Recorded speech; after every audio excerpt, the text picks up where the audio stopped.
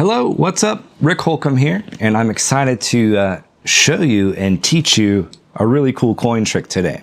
This can be impromptu, it's easy to do, and I'll show you a couple ways to do it, an easy way and a more advanced way.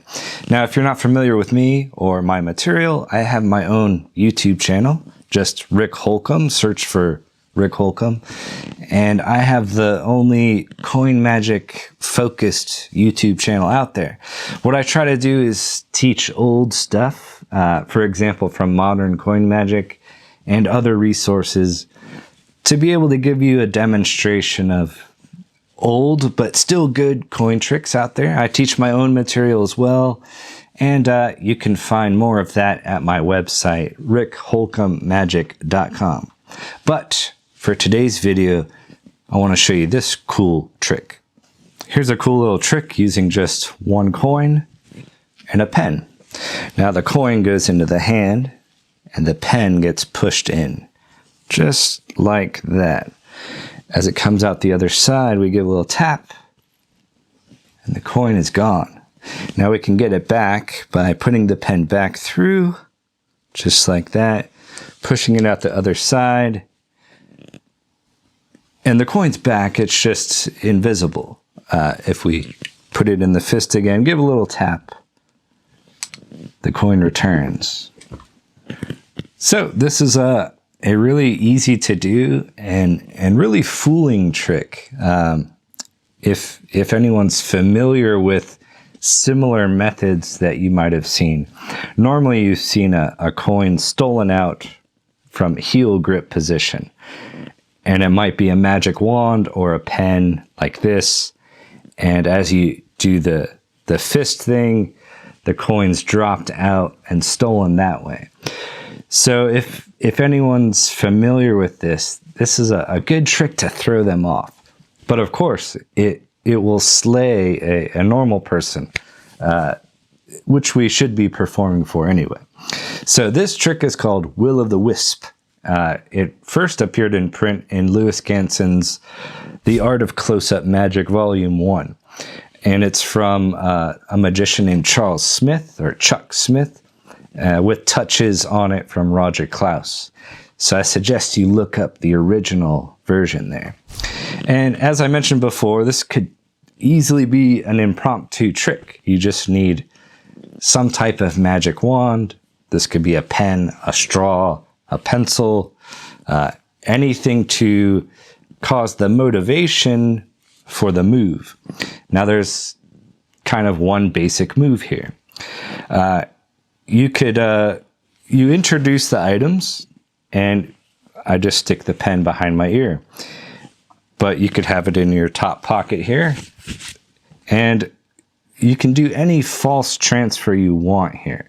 I just do a thumb palm vanish because the actions after the false transfer are easily motivated. You're going to go right for the pen. So it doesn't really matter what you do in this part. It could just be a fake take like this. You could go for a retention vanish like that. Doesn't really matter. When you go for the pen, in this case, I have the coin in thumb palm. It's just a really good position to get the pen out of your top pocket or from behind your ear. If you notice, I put the pen, I'm right-handed, but I put the pen behind my left ear. If it was behind my right ear, then this is no good, no bueno. But if it's over here, you see the back of my hand as I get that pen. So going back to the beginning, when you introduce the props, I might have the pen in my top pocket. So the left hand goes for that. The right hand has the coin. So the left hand places the pen there. So we're all set in position here. You do your false transfer. You get the pen. Another good thing about thumb palm, it's very similar to a classic palm. Your fingers can be free. Your thumb's locked, of course, but it has a very loose and relaxed look to it. So you just, with one finger, push the pen through, stop at the point where it's at your thumb there. Here's the move. You're going to come over top of your hand, lay the coin down on top of your hand. In one smooth action, you go for the pen, clip it between your fingers, you come out like this and give a tap. You show the coin is gone. Don't overdo this moment, but you want to let it breathe. Let the audience soak in what has just happened. They're going to look here, then they're going to look at this hand. They're going to look for the coin. So let that moment breathe. Then you say, oh, we can get it back. You close up your hand. Put the pen back in, repeating and mirroring the same actions as before. Now the move here is, as you reach for the pen to be clipped over here, your thumb will slide the coin off and clip it against your first finger. Let's take a look at all this from over the shoulder. So you introduce the props. The pen goes behind the left ear.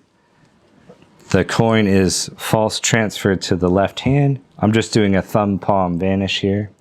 So the coin's at the tips of the fingers. I'm just folding back, clipping the coin, and I give a little toss. The left hand immediately closes up. Now the right hand gets the pen, pushes it into the fist, and with one finger you're gonna push it here, just to the thumb. And now, as you go to clip the pen with your first and second finger, you're gonna lay the coin down on the back of your left hand. Also, keep your wrist a little tilted back like this, just so the audience can't catch that edge of the coin from their perspective there.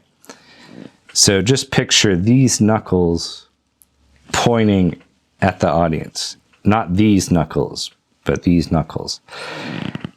After the coin's dropped off, you clip the pen with two fingers, come around front, reposition your grip like this, like a normal grip, give a couple taps, and now you can open both hands wide open. To get the coin back, you make a fist again, push the pen through up to that point.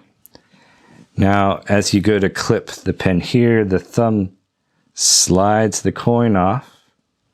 It gets clipped against the first finger. The pen comes out, and you have a good moment of misdirection here. They expect the coin at this point. So you say, oh, you know what? I forgot to tap.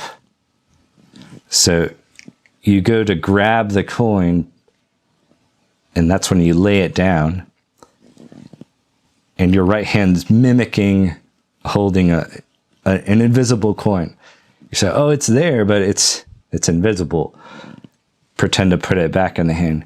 Then you say, I forgot to do the tap. And then you can show the coin is back. So that's a fairly easy version to do it. You could make this as fancy as you want, depending on your skill level. So for instance, you might go for a more sophisticated false transfer, like a retention vanish. And then you could have the coin in a curl palm. So that allows you to have the pen,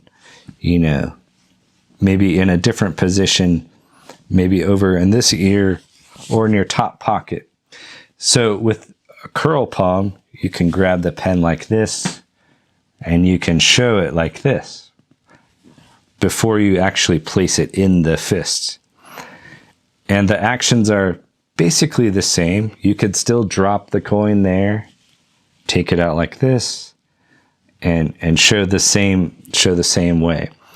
Another idea to play with, if you have a watch, you can drop the coin in such a way that it's resting on the watch, And then after the pen goes through, you can go like this and really move your hands around. You can even tilt your fist sideways, push the pen through, and then do this retrieval move. And then you would turn your fist that way. But the ability to turn your hands like this is a further touch to throw off any, sharp-eyed spectators. So that's the basic moves, and you can get as advanced as you want with it. Another thought is to incorporate this into a longer one coin type of routine. So there's a lot of stuff you can do with a coin and a pen, or a Sharpie marker and a pen. David Williamson's striking vanish. And the coin can come out of the cap, of course. I'm using here Greg Wilson's pointless gimmick. So you could do a series of moves with the coin and the pen, then put the coin away and go into the pointless routine, where the point is here and they're watching the point, and then it's gone, and do that whole routine. So you can really extend this to be more than just a quick trick, or you can just end it there and have a cool little thing to show people. So that's it for the video. I hope you enjoyed that. Go out and try it. It's really easy to do, and it'll fool everyone, I promise you. And go check out my channel, Rick Holcomb, and check out my website, rickholcombmagic.com. Thanks.